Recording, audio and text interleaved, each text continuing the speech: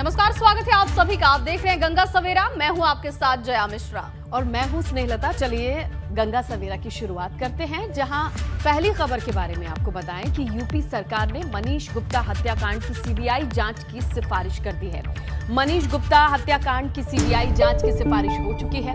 योगी सरकार ने केंद्र सरकार से सिफारिश की है कि सीबीआई जांच कराई जाए मनीष गुप्ता हत्याकांड की, और जब तक सीबीआई नहीं आती है इस पूरे प्रकरण में, तब तक एसआईटी की जो जांच है, जो प्रक्रिया है, वो लगातार चलती रहेगी। तो गोरखपुर से व्यापारी मनीष गुप्ता हत्याकांड मामले में सीएम योगी बेहद सख्त हैं।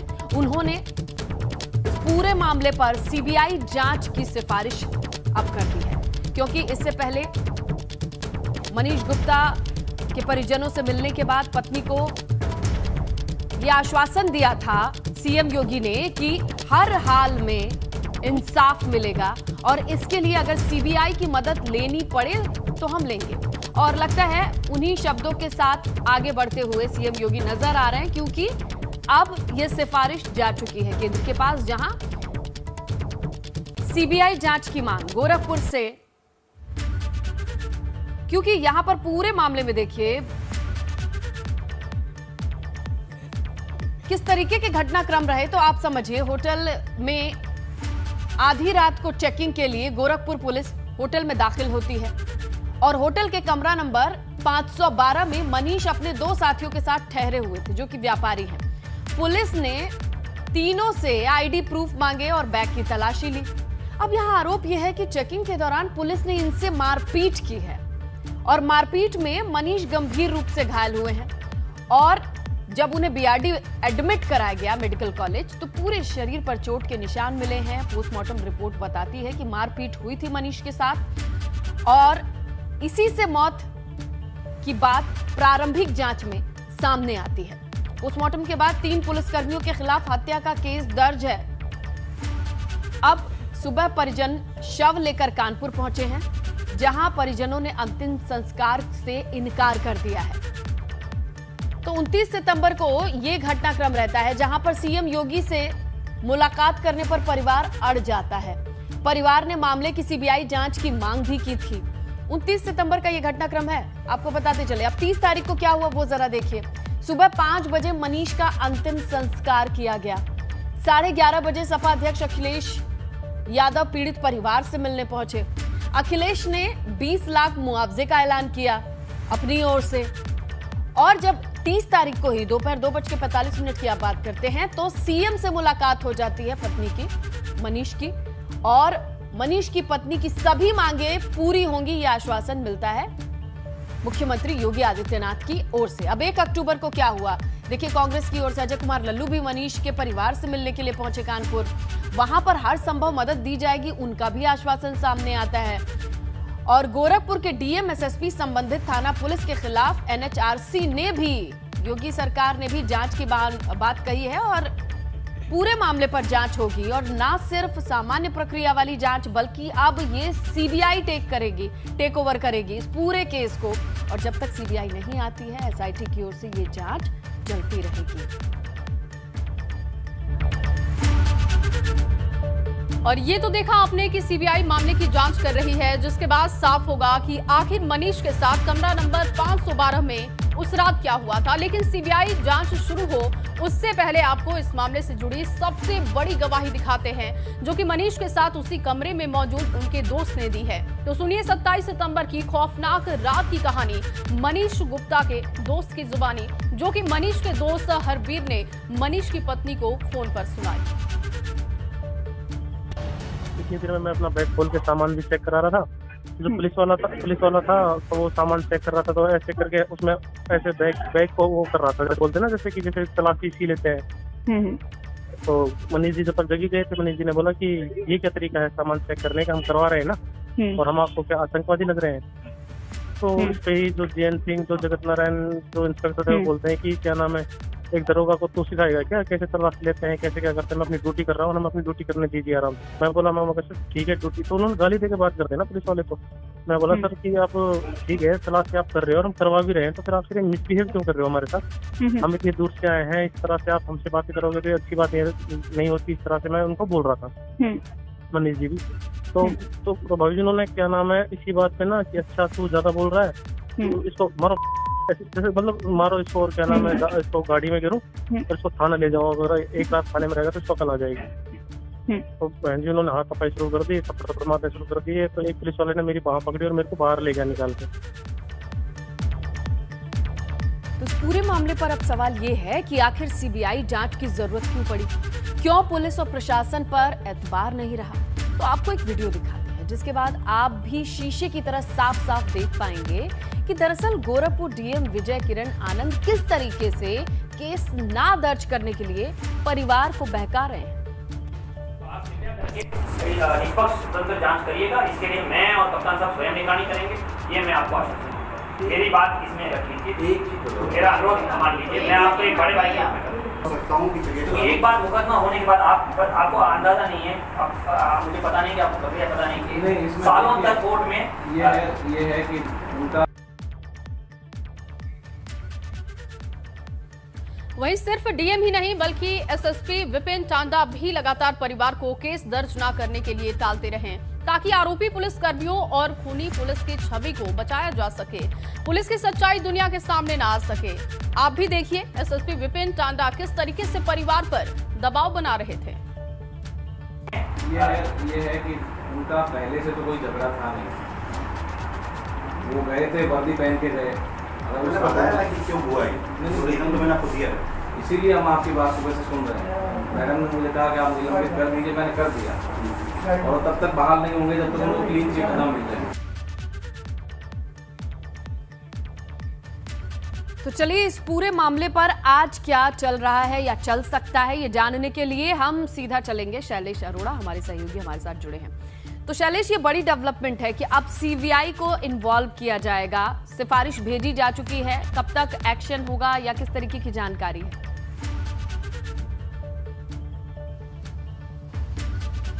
देखिए जी, अगर बात करें तो जिस तरह से अभी सीबीआई को संस्तुति की है प्रदेश सरकार ने, माना जा रहा है कि आज से कल तक यानी 1 से 2 दिन के अंदर सीबीआई इस केस को अगर केंद्र अनुमति देता है तो टेक ओवर कर लेगी। लेकिन तब तक जब तक ऐसा नहीं होता है तब तक के लिए इस केस को गोरखपुर से कानपुर ट्रांसफर किया जा रहा है और वहां से इसकी जांच कराई जाएगी। जो वीडियो अभी आपने दिखाया उस पर भी देखिए चर्चा करना बहुत जरूरी है कि उस वीडियो में जो आईएएस अफसर यानी डीएम दिखाए गए गोरखपुर के विजय किरण आनंद, उनके लिए हम आपको बता दें कि वो मुख्यमंत्री के सबसे पसंदीदा जो आईएएस अधिकारी है उनमें से एक कहे जाते हैं। इसकी एक वजह भी है, जब प्रयागराज कुंभ का आयोजन हुआ था तो उस समय मेलाधिकारी बनाया गया था विजय किरण आनंद को, और कुंभ की जो सफलता रही लगातार सरकार उसको एक बड़ी उपलब्धि के रूप में देखती है। और उसके बाद कुंभ के बाद में खुद खुले मंच से एक बार नहीं कई बार मुख्यमंत्री ने उनकी तारीफ की है और उसके बाद में उनको उनकी पसंद से उन्होंने जो विभाग मांगा था वो था बेसिक शिक्षा विभाग, वहां भेजा गया। डीजी बनाया गया उनको वहां पर उस विभाग का, जबकि डीजी का पद पहले नहीं था, वो क्रिएट किया गया। ये हम सिर्फ इसलिए जिक्र कर रहे हैं कि ये समझा जा सके कि कितना पसंदीदा चेहरा है वो।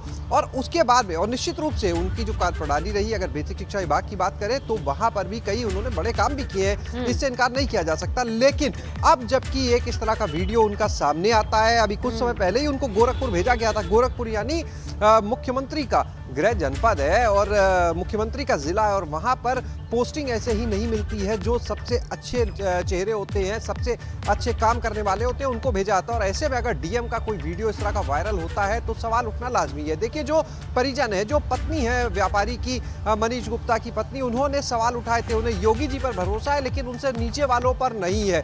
उन्होंने अधिकारियों की बयानबाजी को लेकर सवाल उठाए थे और यही वजह लगातार वो भी मांग कर रही थी कि सीबीआई जांच होनी चाहिए। विपक्षी दल लगातार निशाना साध रहे हैं, पुलिसकर्मी जिनके ऊपर ये आरोप लगे हैं वो फरार है। तो ऐसे में सीबीआई जांच बहुत जरूरी हो जाती है, क्योंकि कहीं ना कहीं आप देखिए सरकार की भी जवाबदेही होती है। पुलिसकर्मी फरार हो जाए भले ही, जिम्मेदारी देखिए नीचे की है। हर जगह मुख्यमंत्री उनको ढूंढने नहीं निकलेंगे, ढूंढने का काम है उसी पुलिस महकमे का। लेकिन अगर इस तरह से पुलिसकर्मी फरार हो जाए, एक आईपीएस पहले भी फरार चल रहा है, तो निश्चित रूप से सरकार की छवि पर सवाल उठते हैं। विपक्षियों को मौका मिल रहा है और लगातार देखिए अखिलेश यादव ने कल अपनी प्रेस कॉन्फ्रेंस में कहा कि सरकार ने खुद 3 पुलिसकर्मियों को फरार कराया, तो अब कहीं ना कहीं सीबीआई के हाथों में जांच सौंपना जरूरी हो जाता है। बिल्कुल शैलेश, और सीबीआई जब जांच करेगी तो जो 2 वीडियो सामने आ रहे हैं डीएम और एसएसपी के, उन वीडियो की सत्यता भी जांची जाएगी तो तस्वीरें और भी साफ होंगी। बहुत शुक्रिया आपका तमाम जानकारी के लिए, लेकिन आप बने रहिए, आगे भी आपसे अपडेट लेते रहेंगे।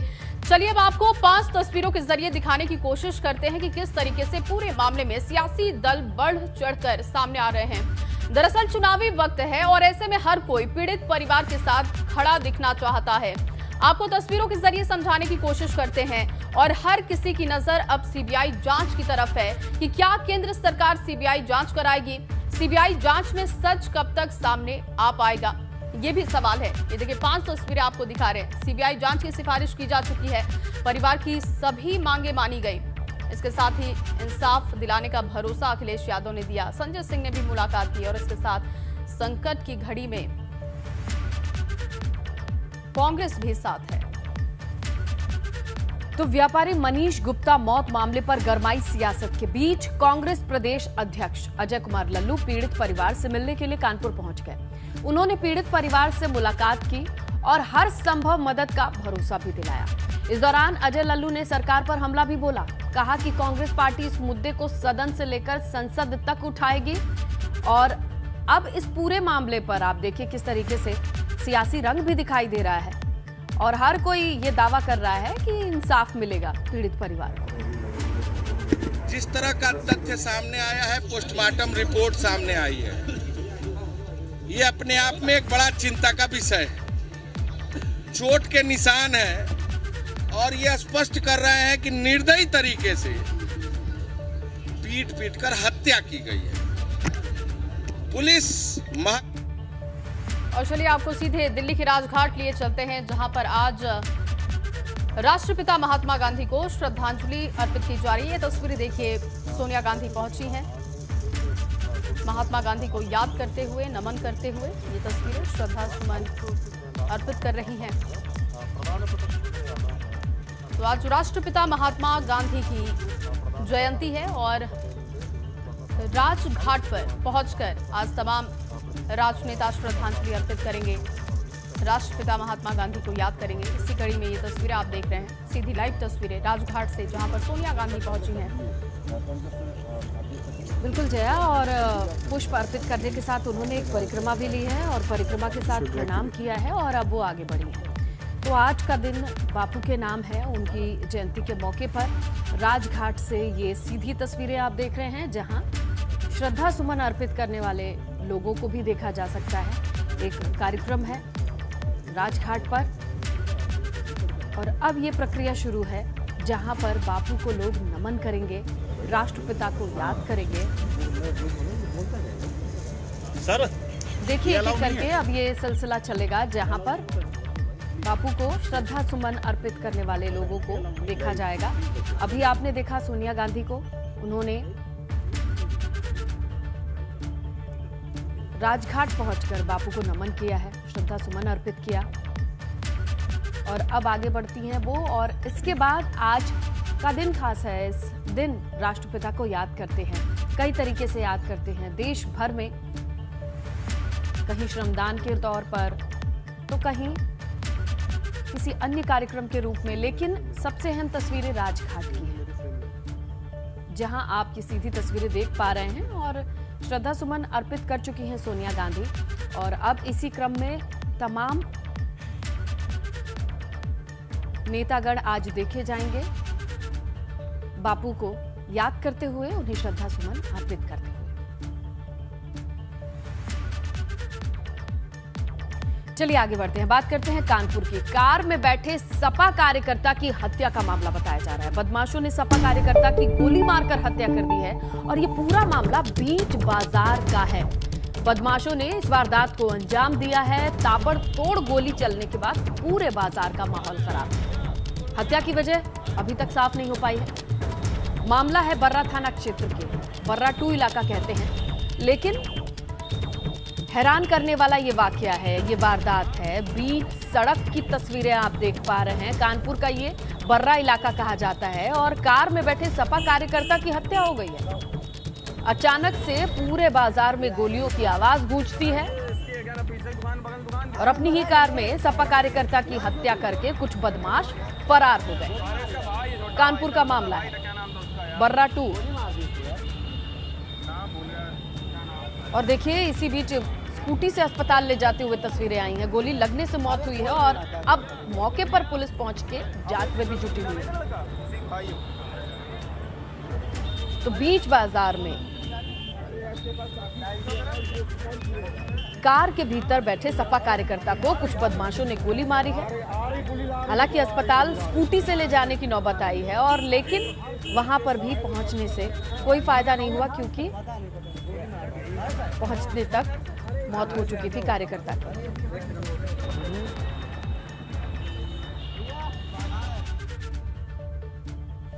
और आज राष्ट्रपिता महात्मा गांधी की 152वीं जयंती है और इस मौके पर राजघाट पर सर्वधर्म प्रार्थना सभा का आयोजन किया गया है।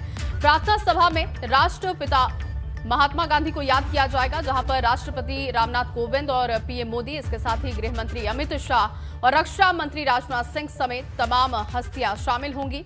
वहीं लखनऊ में भी सीएम योगी महात्मा गांधी की प्रतिमा पर माल्यार्पण करेंगे। सुबह 10:30 बजे गांधी आश्रम में विशेष कार्यक्रम का आयोजन किया गया है। इसके साथ ही सीएम योगी पूर्व प्रधानमंत्री लाल बहादुर शास्त्री की जयंती के मौके पर भी उनकी प्रतिमा पर माल्यार्पण करेंगे। उधर गांधी और शास्त्री जी की जयंती के मौके पर पीएम मोदी आज जल जीवन मिशन के बारे में देश भर की ग्राम पंचायतों और पानी समितियों के साथ बात करेंगे। इस मौके पर पीएम मोदी जल जीवन मिशन ऐप और राष्ट्रीय जल जीवन कोष की भी शुरुआत करेंगे। सुबह 11 बजे पीएम मोदी वीडियो कॉन्फ्रेंसिंग के जरिए कार्यक्रम की शुरुआत करेंगे।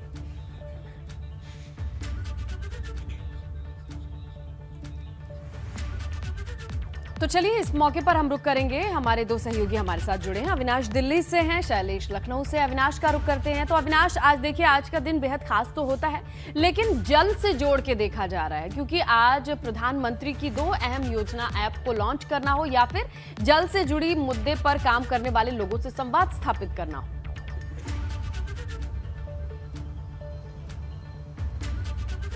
जी बिल्कुल, अगर बात करें स्नेहलता, जिस तरीके से आज महात्मा गांधी की जयंती है, पूरा देश उनको याद कर रहा है और श्रद्धांजलि देने के लिए राजघाट पे पहुंच रहा है। सबसे पहले राजघाट की तस्वीरें आपको दिखाएंगे। यहाँ पे किस तरीके से सुरक्षा व्यवस्था पूरी की गई है और यहाँ पे जो तैयारियां हैं बिल्कुल एकदम व्यस्त की गई है क्योंकि प्रधानमंत्री नरेंद्र मोदी और राष्ट्रपति रामनाथ कोविंद कुछ ही देर के बाद यहाँ पे आएंगे। दिल्ली पुलिस ने यहाँ पे पूरी तरीके से बैरिकेड कर दिया है। राजघाट के आसपास के इलाकों में अगर बात करें तो सुरक्षा व्यवस्था काफ़ी चाक चौबंद की गई है क्योंकि वीआईपी मूवमेंट लगातार जारी है। अभी अगर बात करें तो कांग्रेस की राष्ट्रीय अध्यक्षा सोनिया गांधी यहाँ पे पहुंची हुई हैं और उन्होंने अंदर पहुंचकर श्रद्धांजलि अर्पित की है। इसके अलावा अगर बात करें तो गृह राज्य मंत्री अजय मिश्रा भी यहाँ पे पहुंचे हुए हैं। कुछ देर में गृह मंत्री अमित शाह भी यहाँ पे आएंगे, प्रधानमंत्री नरेंद्र मोदी भी यहाँ पे आएंगे और इसके साथ साथ अगर बात करें तो राष्ट्रपति रामनाथ कोविंद भी यहाँ पर आके श्रद्धांजलि देंगे।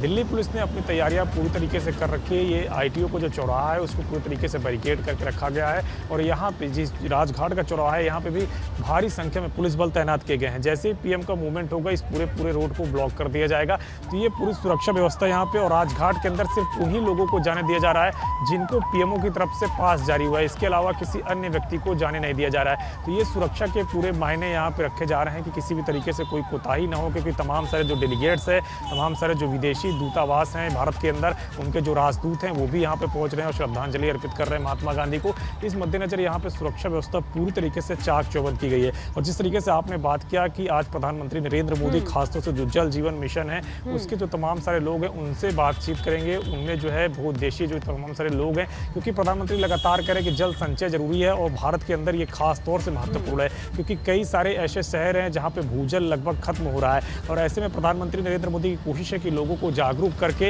इस भूजल संचय को बढ़ाया जाए और जो जल है उसका संग्रहण किया जाए जिससे कि आने वाली जो पीढ़ी है उसको जल से कहीं ना कहीं उसका जो बिल्कुल अविनाश। और देखिए हर साल की अगर हम तस्वीर देखें महात्मा गांधी की जयंती पर तो कुछ ना कुछ अच्छा करने की कोशिश सरकार की होती है और इसी कड़ी में जल से इस बार इसे जोड़कर देखा जा रहा है।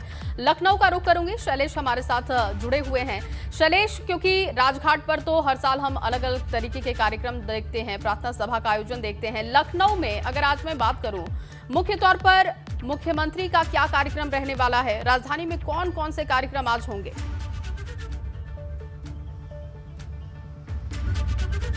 देखिए आज यहाँ पर सुबह 10:30 बजे मुख्यमंत्री गांधी आश्रम जाएंगे। वहाँ पे गांधी जी की और शास्त्री जी की प्रतिमा पर माल्यार्पण करके उनको श्रद्धांजलि देंगे। इसके बाद 11 बजे से एक कार्यक्रम आज के दिन खास तौर से लगाया गया है लोक भवन में, जिसमें जो प्रतिभाशाली छात्र छात्राएं हैं उनको आज यहाँ पर छात्रवृत्ति दी जाएगी, जिसमें राज्यपाल और मुख्यमंत्री दोनों मौजूद रहेंगे। अगर बात करें संगठन की यानी भाजपा की, अगर बात करते हैं पार्टी के कार्यक्रमों की, तो आज पार्टी के जो कार्यकर्ता हैं, प्रदेश अध्यक्ष जो हैं, वो खुद भी स्वच्छता अभियान जो चलाया जा रहा है उसमें हिस्सा लेंगे, शामिल होंगे। नदियों की, तालाबों की साफ सफाई का कार्यक्रम रखा गया, मंडल स्तर पर ये कार्यक्रम होंगे। इसके अलावा खुद ये लोग जाकर जो गांधी आश्रम है या कहीं से भी खादी के वस्त्र जो हैं उनका क्रय करेंगे, जो भी कार्यकर्ता है पार्टी के। साथ में वोकल फॉर लोकल यानी अपनी जो लोकल की चीज़ें हैं, उत्पाद है, उनको प्रमोट करने के लिए वोकल फॉर लोकल जो पीएम का दिया हुआ एक नारा है, सीएम का दिया एक नारा है, उसके तहत ये लोग इस काम को करेंगे आगे, खादी के वस्त्र खरीदने का काम।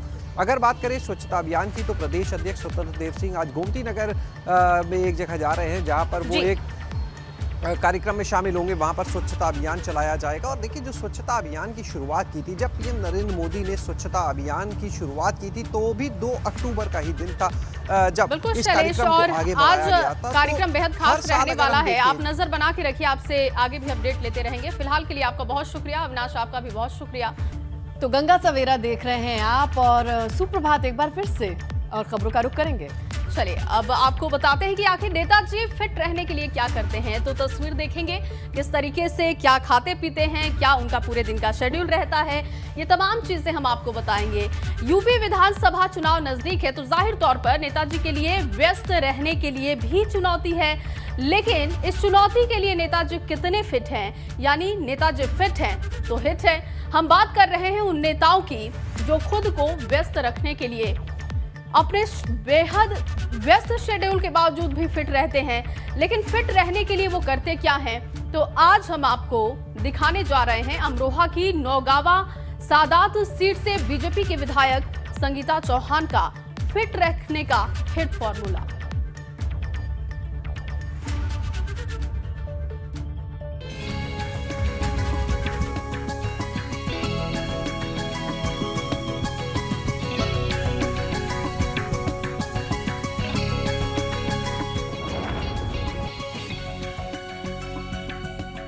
मेरा बेसिक फोकस ये होता है कि सुबह उठ के पहले वाटर थेरेपी करती हूँ, पानी पीती हूँ बहुत सारा। उसके बाद योगा करती हूँ। तो योगा मेरा कम से कम 45 मिनट से 1 घंटे का होता है, जिसमें फोकस ये होता है जितनी स्ट्रेचिंग एक्सरसाइज हो सके, ताकि शरीर जो है पूरा अच्छे से चले और मांसपेशियों को आराम हो। शाम के जब रात को सोने से पहले मैं ज़रूर मेडिटेशन करती हूँ, करीब 20 मिनट, जिससे ताकि दिन भर की जो थकान हो और जो भी समस्याओं का समाधान कर सकूँ और अच्छे से अपना दिमाग को फोकस कर सकूँ, वो मैं ज़रूर। नंगे पैर अक्सर चलती हूँ और सुबह सुबह बगीचे में जाके अपने पौधों से बातचीत करती हूँ, वो मुझे बहुत अच्छा लगता है। हमारे यहाँ मेडिसिनल प्लांट हैं और कई सारी ऐसी औषधि वाले प्लांट हैं जिनसे विशेष प्रेम है, और पौधों से मुझे लगता है जितनी बातचीत करो वो उतना अच्छा उगते हैं, उतना सुंदर दिखते हैं।